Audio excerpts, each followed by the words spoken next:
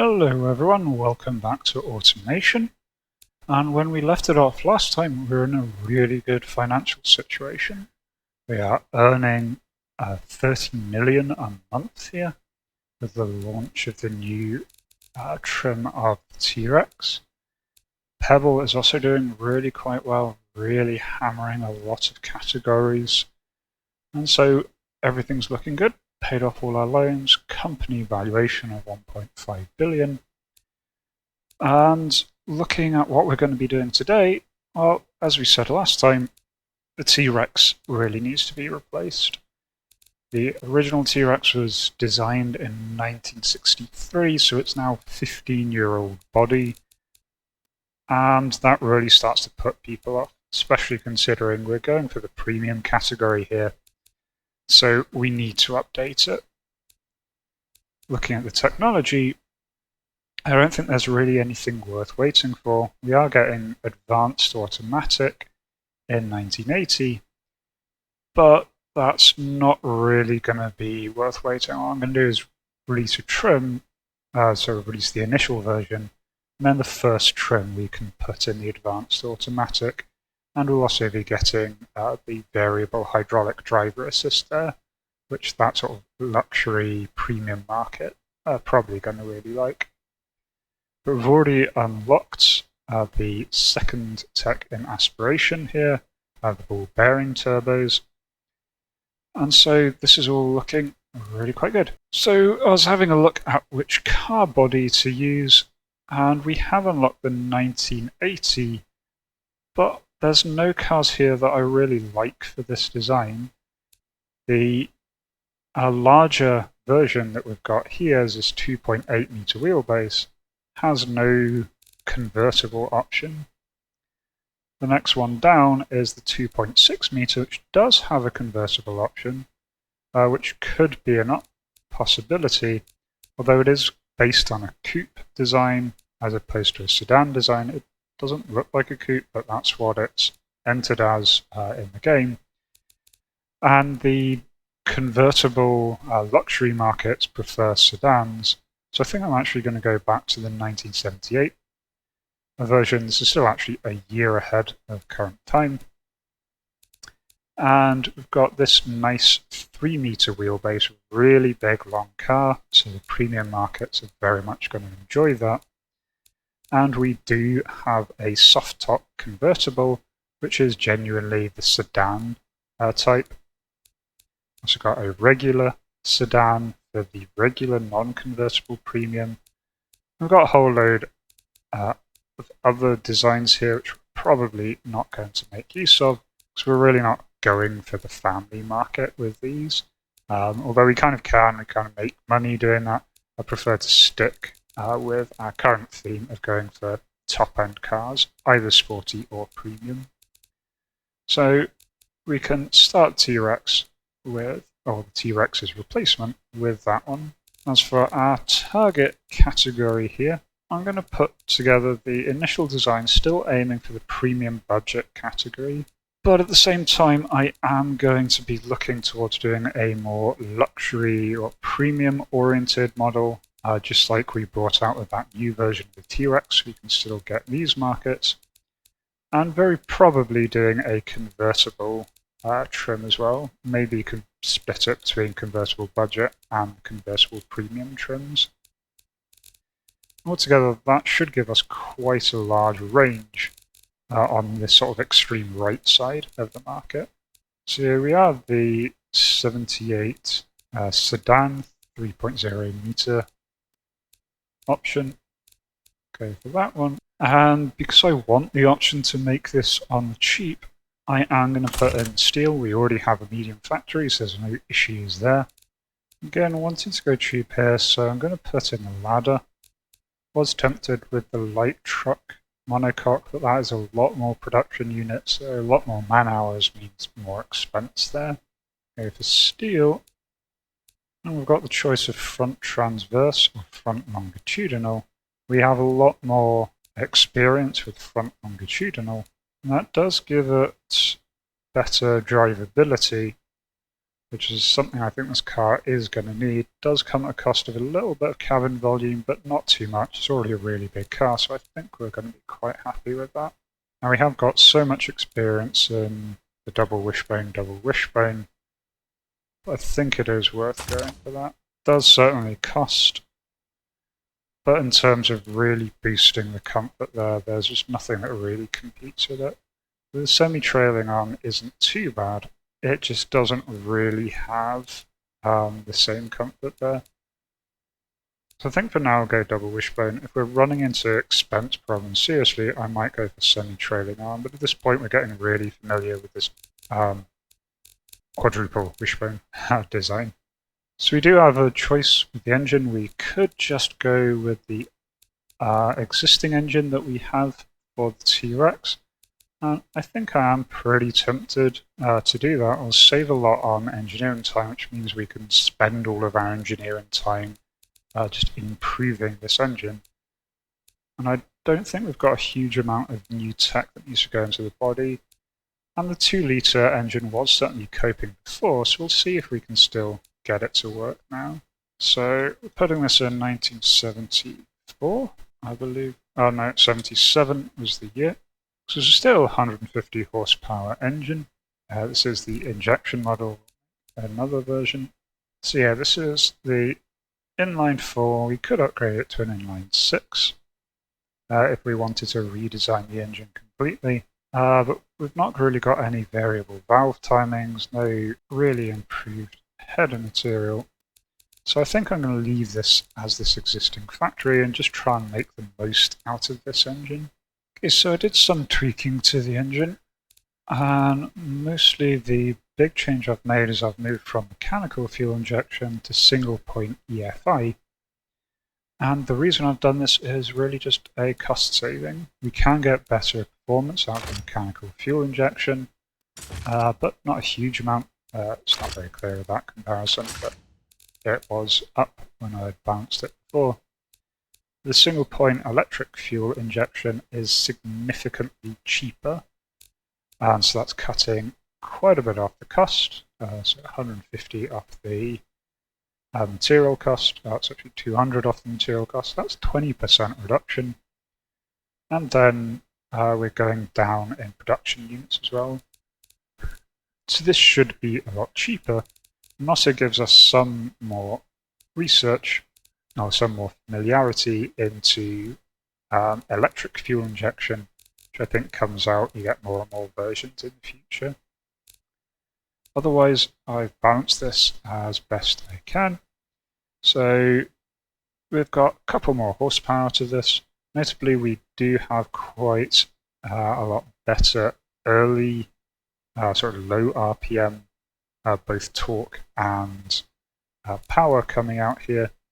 And that's because I've added in the ball bearings as opposed to the journal bearings in the turbo setup. So spending a little bit more there, but that increases drivability quite a bit. We've now got a nice wide power curve here.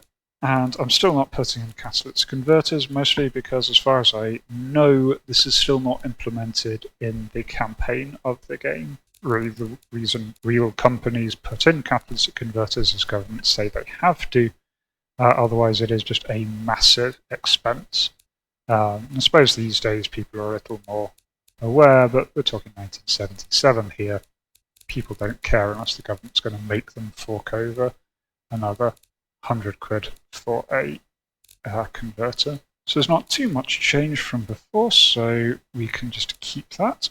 And now that one isn't too expensive, and so it might just be the only version of that engine that we put out. I might see if we can go about skipping the carburetor version and just go with electronic fuel injection from here on.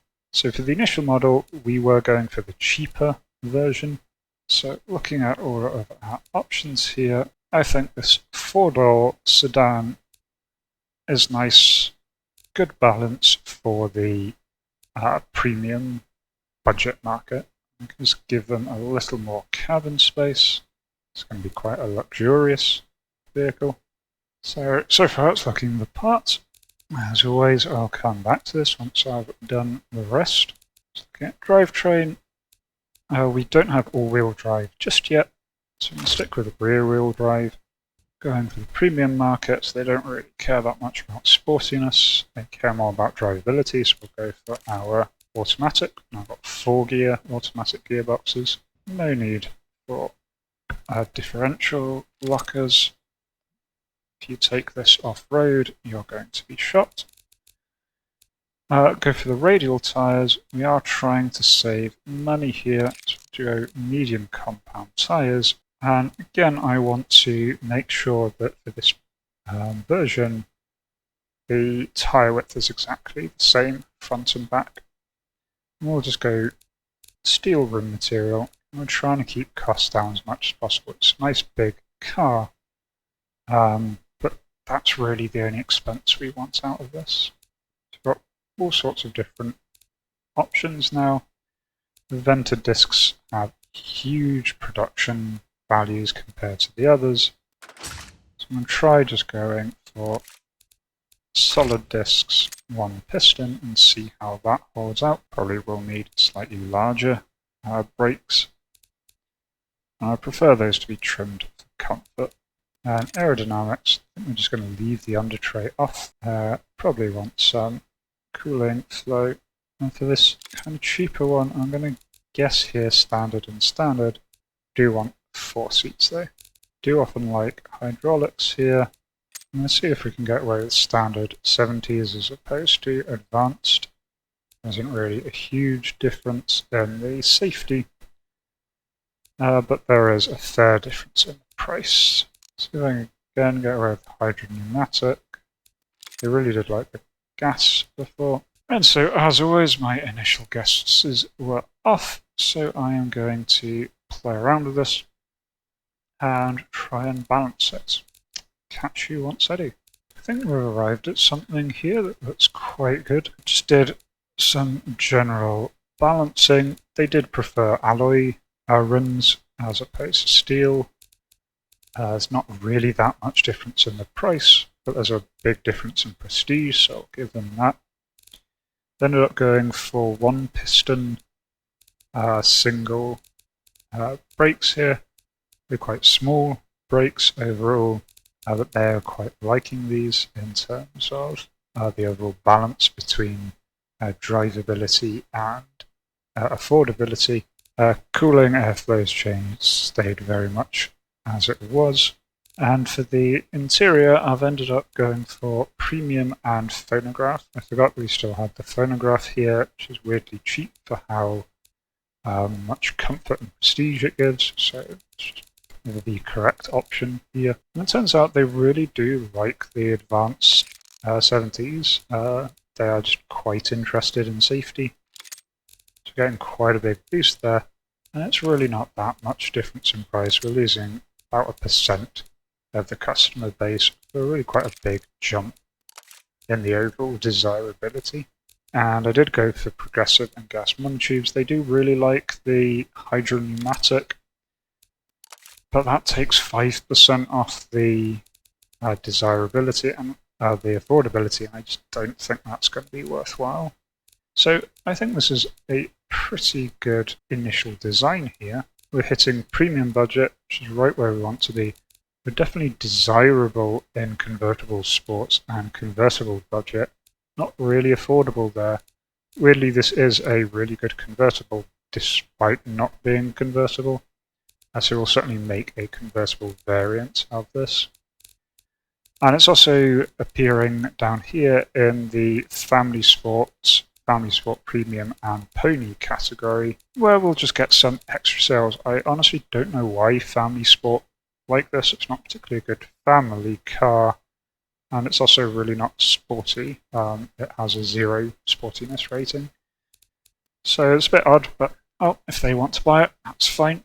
So that is our initial design. And so I'm going to go and try and make this look pretty and give it a name.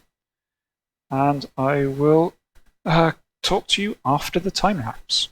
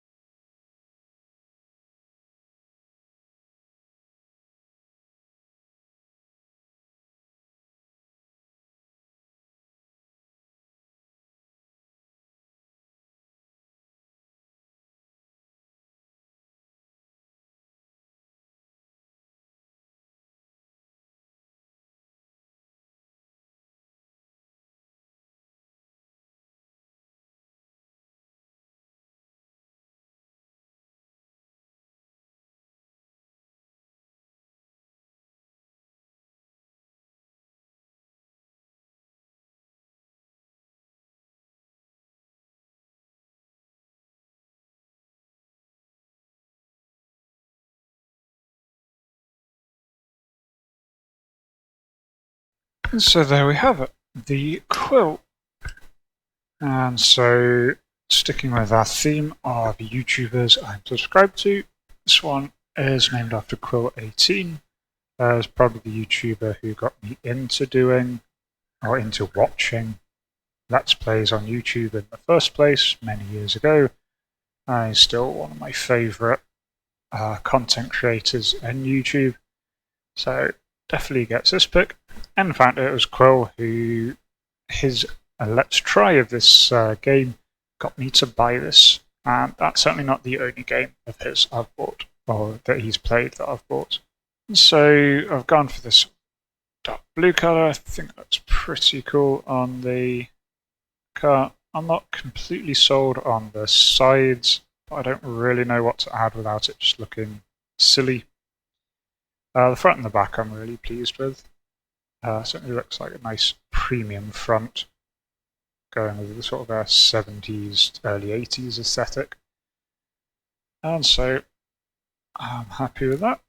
And we've got decent performance values. Let's see how this thing does on the test track.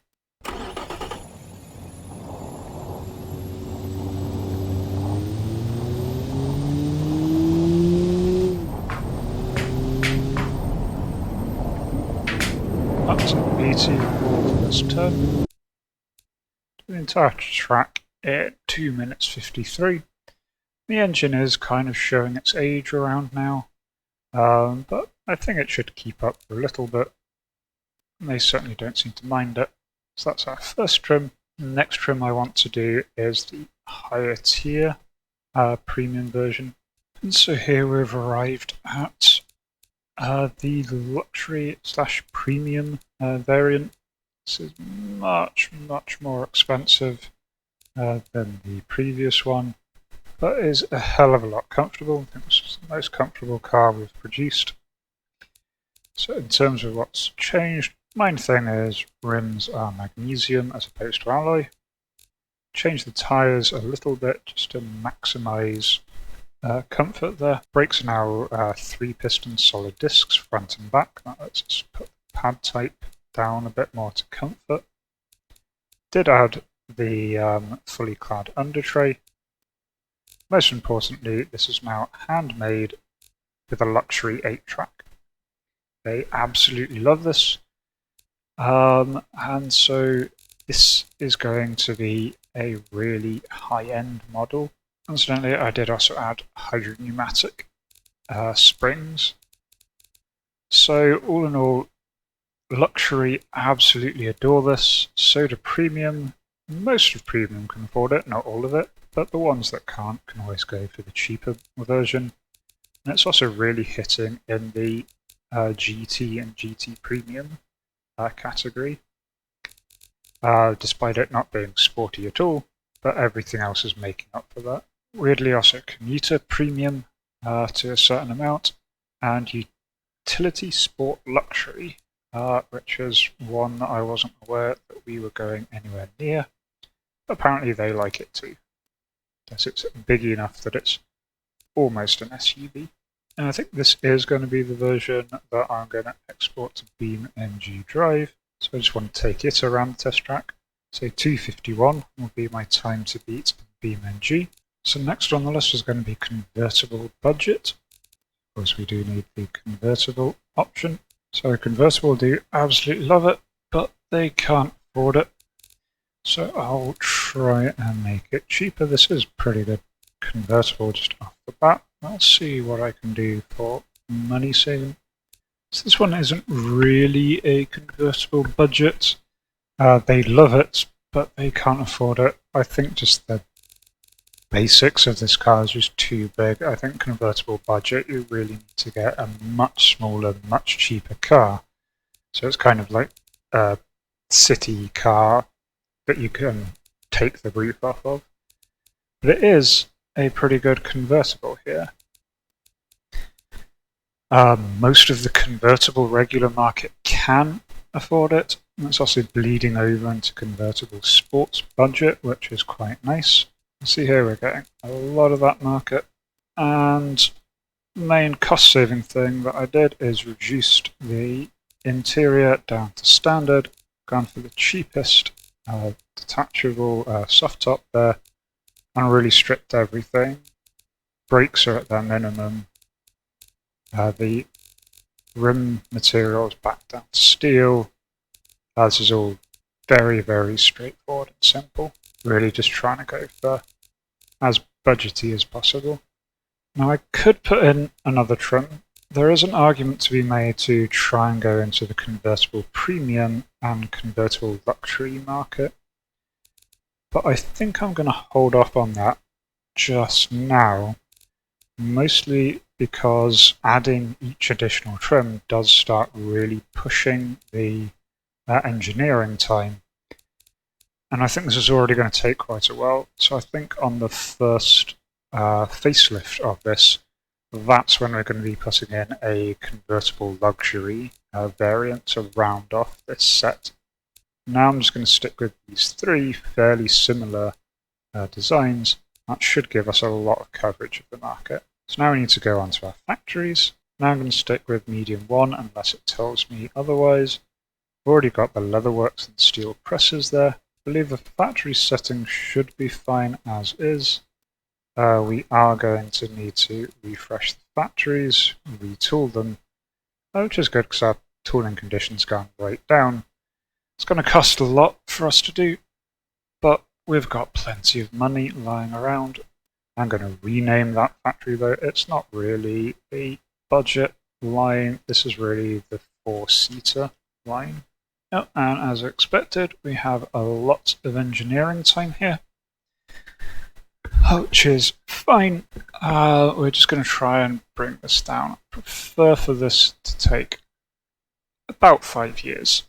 And we can do that quite easily, bumping up pressure and funding a bit, reducing the reliability and tooling by a bit. And so we can again certainly try and improve these in later facelifts.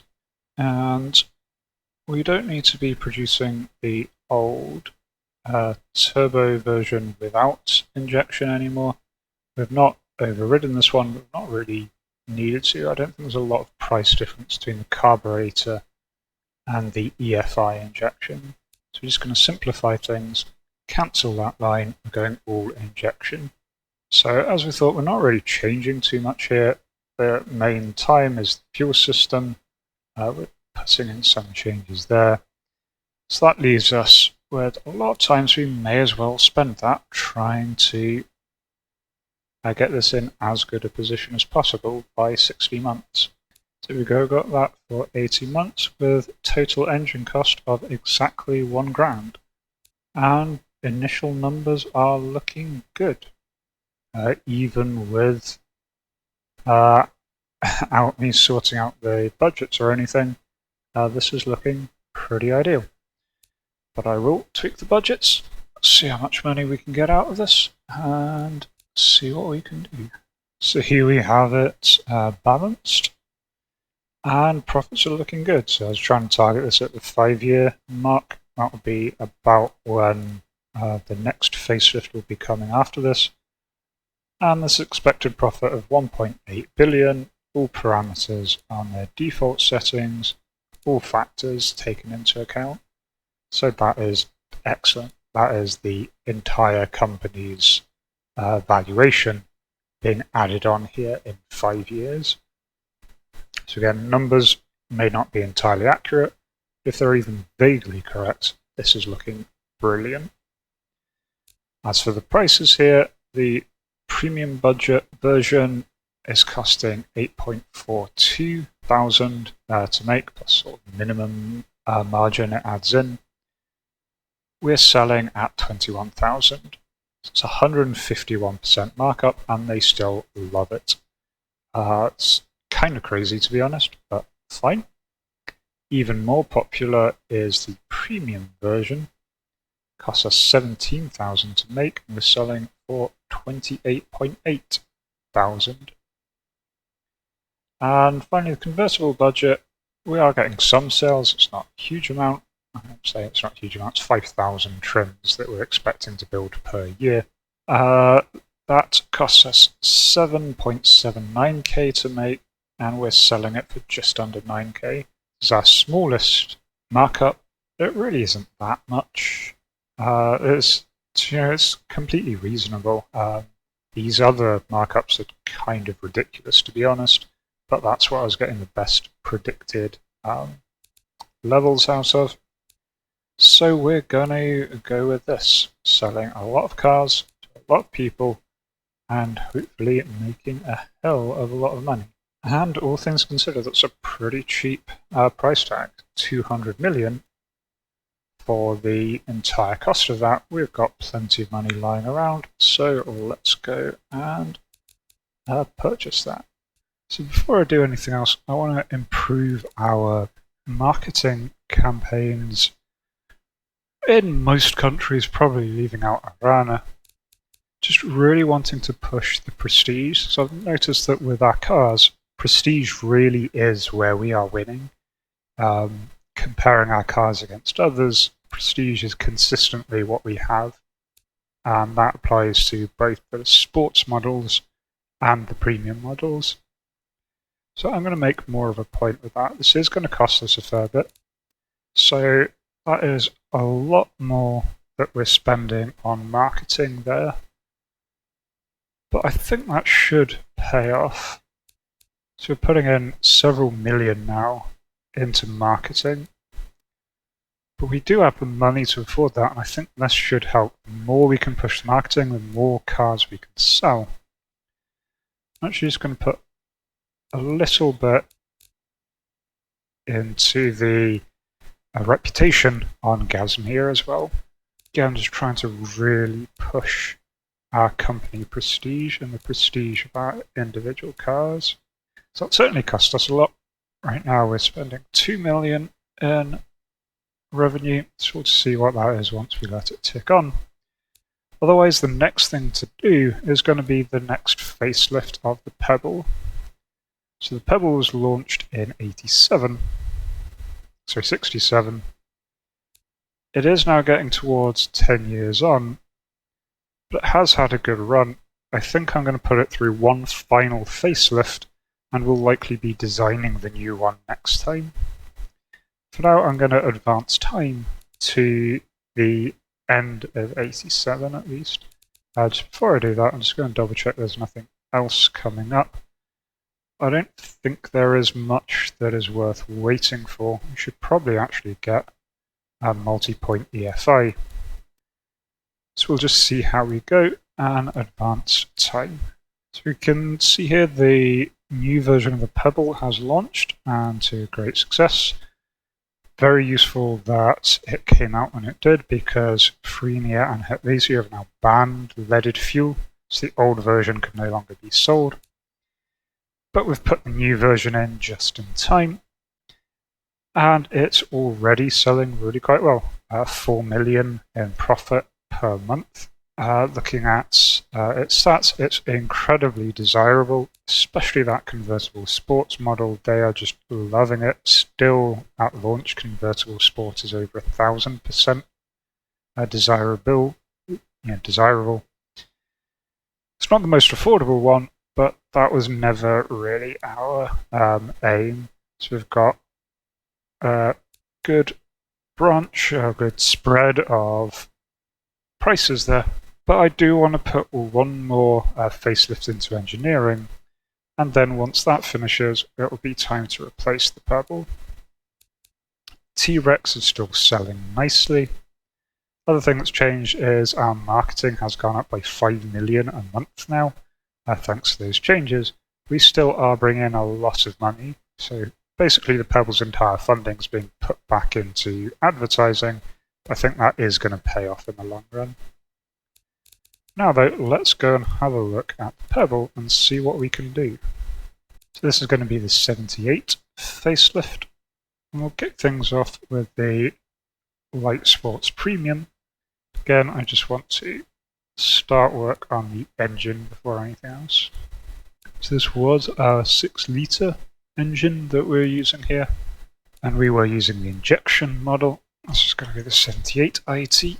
So again, we can't change these settings without a complete redesign. but that is fine. We've not really got a huge amount more that we need to add in here. So the biggest definite upgrade is we can change to ball bearing. You can see there that immediately broadens this curve here. Really not that much more expensive. It really does give us a big boost to overall performance just because it really expands the range of RPM that this car is still good at. And since this is our top of the line car, I don't really want to go to single point electric fuel injection. I'm probably going to wait until we get multi-point electronic fuel injection before making the switch over.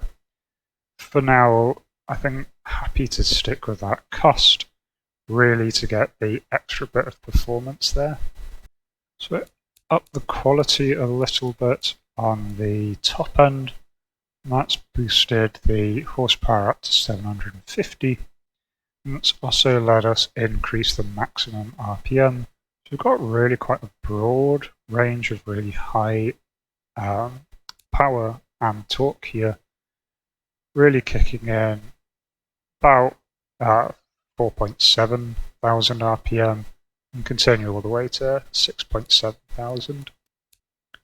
It's not a huge change in terms of what we've done, just a little bit better. We can throw in any extra research time we have just to making this a better, more reliable engine or cheaper engine.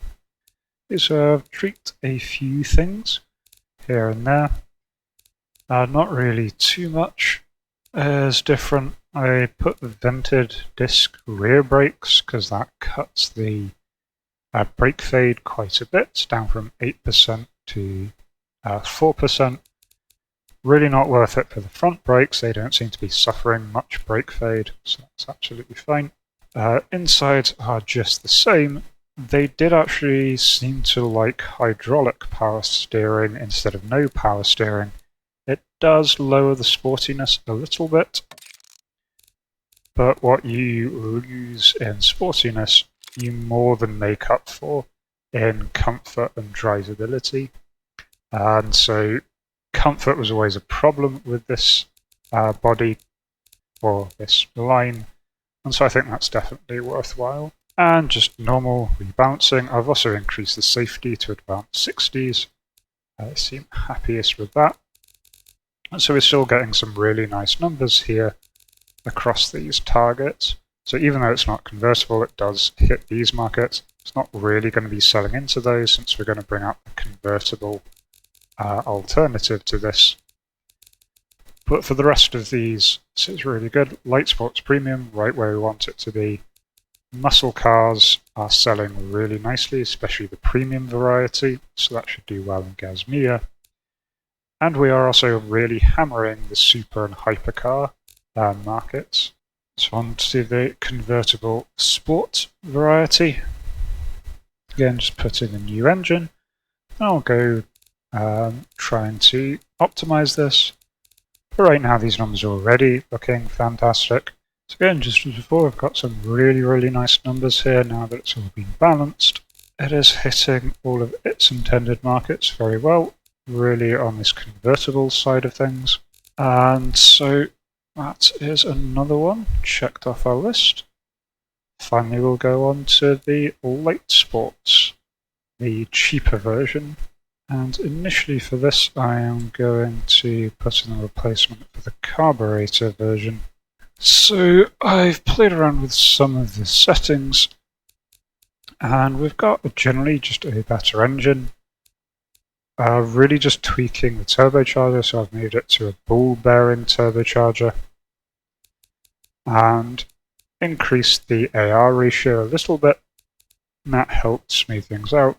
And we're now getting about 50 extra horsepower. This has only come at the cost of 100 extra quid, which even for our budget model really isn't that bad.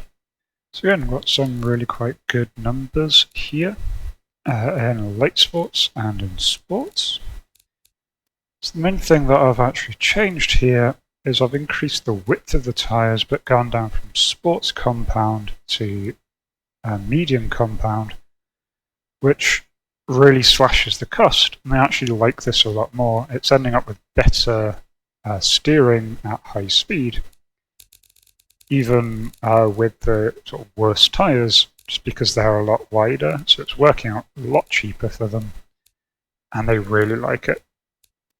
Otherwise, it's just really balancing a couple of things, and so we're getting 60% of the light sports market there, and bleeding over into several other categories. So it's like a pretty good facelift so far. So we can put in the factories. So it's looking like this is going to be a really quick refresh. We've not really changed much about the cars. Just doing a little bit of a final update here more than anything else. And so what we can do is use this to boost some of our stats here to make this a little more reasonable. I think I'll end up targeting about 48 months. Actually going to end up targeting 60 months. Ends up saving us quite a bit of money by doing that. Also getting 60 months on the engines, and we've managed to put in huge bonuses to the process and tooling and reliability, bringing down the cost of this to only about $2,000 per engine, and really just generally improving everything. Jumping straight into the car forecaster with minimum margins, everything's already looking really good. I will go and adjust the prices and see how much we can get out of this. Okay, so final numbers are in. The budget's looking really good. So again, mostly focusing on this 5-year sales. So I'm mostly doing things in 5-year cycles. We're getting 800 million out of this, which is pretty damn good. Looking at our pricing structure, we've got a 10,000 markup on Light Sports Premium, about the same on the Convertible Sports, so they're selling at 26 and 27,000. The cheaper variant is selling for 20,000. I'm just kind of looking at the budget there. It's going to catch still most of the regular light sports market. Some people are going to be priced out, so we're getting a little less than half of that. But it does mean we're making a lot of money per car. No need for a loan. Easily take that hit. So that's looking pretty good. I'm just going to advance time until the release of the Quill, or until anything else pops up. Because we've had an issue with that inline factory. There's a small issue has been found. Fair chance of discovery. It's really kind of pennies. I think I'm just going to go out and say full recall. Let's get that issue fixed. Take a minor hit to our reputation, but it's better than losing our prestige. Certainly, I've also noticed that despite what the forecaster was estimating, our factories are working flat out. They're both car factories. So for the next ones, I may decide to increase their size. And there we go. The Quill has come out of production, and it's already selling incredibly well, making 29 million a month. T-Rex was selling well right until the end. It's making consistent 20 million a month. It was all very nice and flat until we put in that factory. You can see that massive jump there was the retooling. The factory took a big hit, but I think that's going to be worth it to get the Quill out and running. And I think this is where we're going to leave it here for this week. So looking ahead, well, we're going to need to do the first facelift of the Quill. We've got a few things that have come out, notably the advanced automatic. We also have all-wheel drive we could look into. Getting new engine architectures as well that we could put in. Better suspension as well as better interiors will again help us push things forward. And then we're going to have to start looking into replacing the Pebble. We've got a few really interesting options coming up. Got some very nice sporty looking cars, some really weird looking cars here. some more traditional sports cars. And so I think that's what we're going to do next time. The other thing I'm thinking about doing, and let me know in the comments or on Discord, is we could really do an even cheaper line than we currently have. Because right now, if we look at our overall competitiveness, we really aren't hammering the light sport budget at all. Our cars are just too expensive for this. We're making desirable cars, yep, certainly, but people just can't afford this. And I'm thinking that what we could do to get the light sports and the convertible sports budget, although apparently convertible budget is actually being completely handled by the Quill there, so that isn't an issue anymore. We could put in a light sports budget version just to try and grab that market. If we do, we can go for one of the sort of much smaller bodied cars, something like a 2.2 meter wheelbase car, and just really go on the cheap end of things. Or we could just ignore that and just accept that really we've already covered this side very well, and that's what we're targeting. So as I said, let me know what you think. If you think we should put in a third line, really going for the super cheap markets here, or if you think we should just continue as we are and focus on these two current lines, which are really hammering this right-hand side very well. Anyway, I hope you enjoyed that video. As always, if you did, like, comment, subscribe, click the notification thingy.